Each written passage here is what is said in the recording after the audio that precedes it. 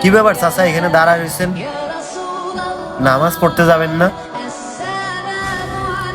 ভাতিজা, শরীরটা বেশি ভালো না, খুব অসুস্থ লাগতেছে, তোমরা যাও। কি বলেন কাকা, যাবেন না নামাজ পড়তে? আজকে তো শুক্রবার। কাকা আজকে মসজিদে জিলাপি দেবে।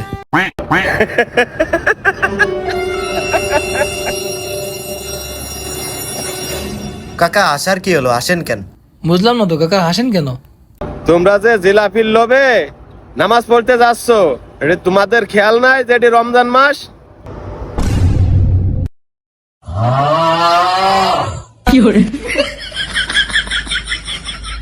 প্রত্যেকটা মুসলমানের ইমানের দায়িত্ব 5 ওয়াক্ত নামাজ পড়া, কোনো কিছুর বিনিময়ে না।